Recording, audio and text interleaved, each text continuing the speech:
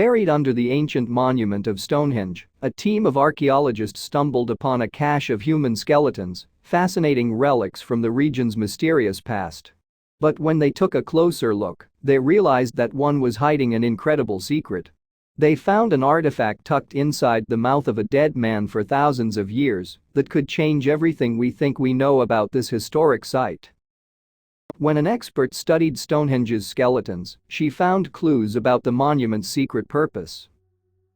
As a student at the University of Bradford in northern England, Jackie McKinley developed a passion for the study of human remains. And after graduating, her interest in the long-dead inhabitants of this world continued. For decades, she has spent her time analyzing some of Britain's oldest archaeological sites, including the iconic monoliths of Stonehenge. A bone specialist with Wessex Archaeology, McKinley worked in the shadow of the famous stones, piecing together the stories of people buried at the strange site. And in February 2018, she appeared in a documentary by Discovery UK. In it, she detailed an incredible find that could completely change the narrative of Stonehenge. Located some 8 miles to the north of the English city of Salisbury, the ancient stone circle of Stonehenge is famous around the world. But while its distinctive shape might be instantly recognizable, the origins of this monument remain shrouded in mystery. And to this day, we still do not know for certain who built it or why. Originally, experts believed that Stonehenge was constructed by the Druids, an ancient people first recorded in Britain during the 3rd century BC. However, later scholars have determined that construction began as far back as 3000 BC. And it wasn't until 1520 BC, almost 1,500 years later, that the project was finally complete.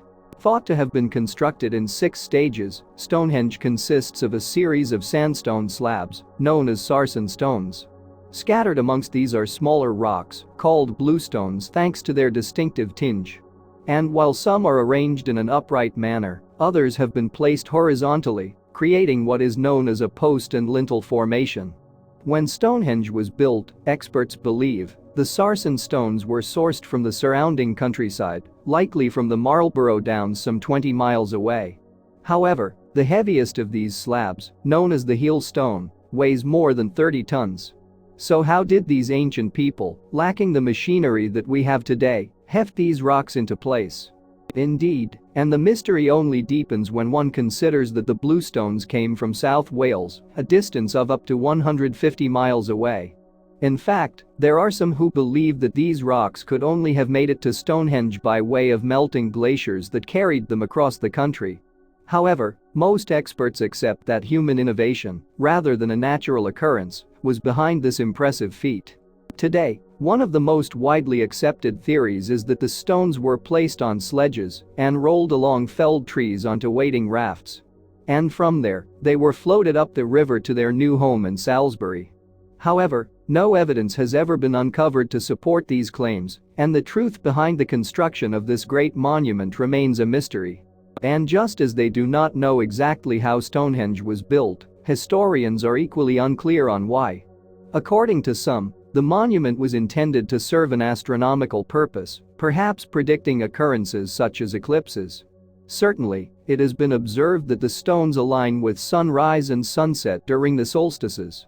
However, many experts have dismissed these theories as little more than New Age fantasy. More recently, some archaeologists have proposed that Stonehenge may once have marked the point where 2 different territories intersected, serving as a gathering place. Meanwhile, others have suggested that the monument may have been a place where ailing people came to heal.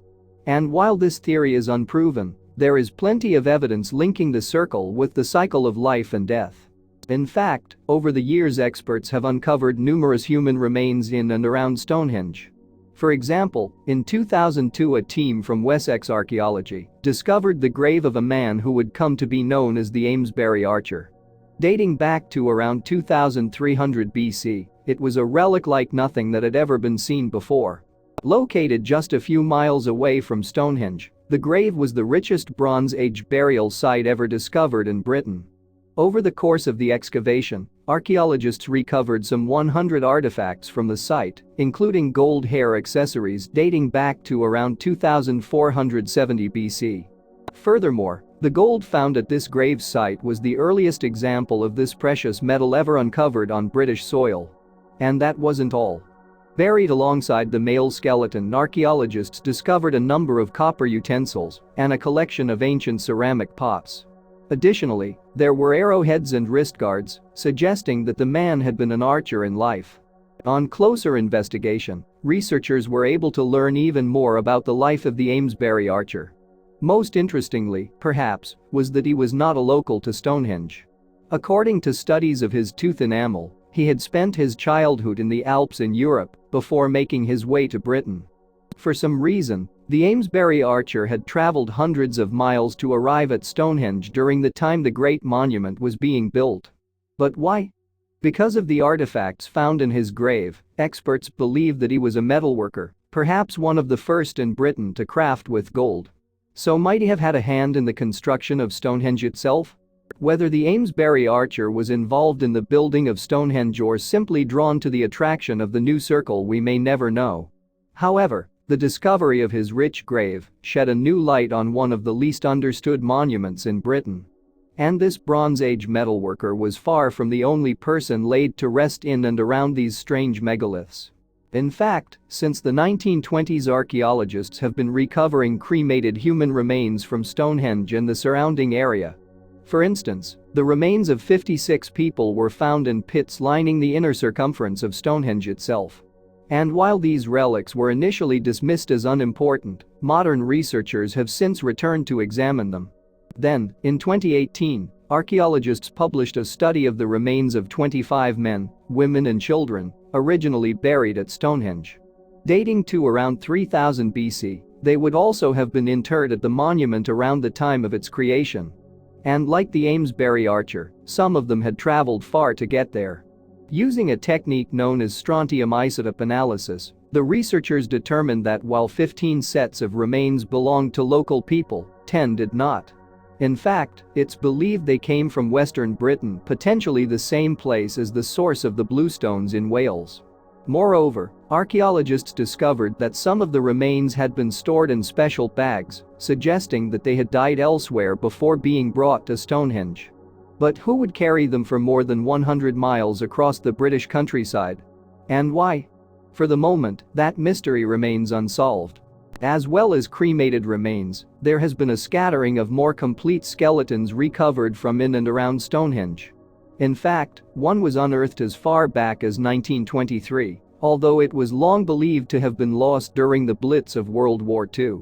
However, in 1999, the historic remains were rediscovered languishing in London's Natural History Museum. About 35 years old when he died between 100 BC and 1000 AD, this man had a fascinating story to tell. And the woman who uncovered him was McKinley, an osteoarchaeologist working on a Wessex archaeology dig. For she discovered markings on the skeleton's vertebra and jaw, suggesting that the individual had been decapitated with a sword. Now, this story of a violent execution represented a new twist in the tale of Stonehenge. But it would not be the last that McKinley would uncover. Almost 2 decades later, in 2018, the expert appeared in a documentary produced by Discovery UK, the British arm of the Discovery Channel. And in it, she discussed a skeleton discovered close to that of the Amesbury archer.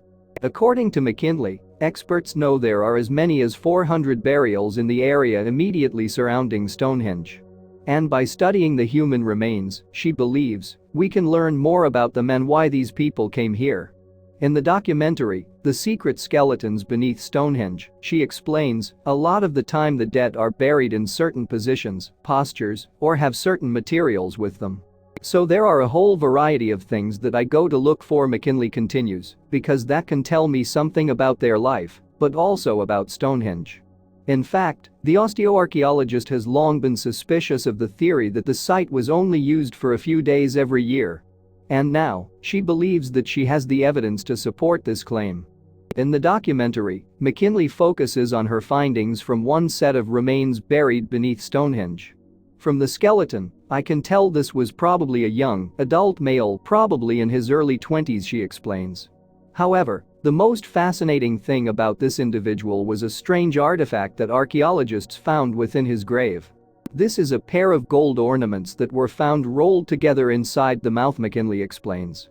They're tucked together against the right-hand side of the inner jaw, which means they were either placed in the mouth at the time of death or certainly before burial.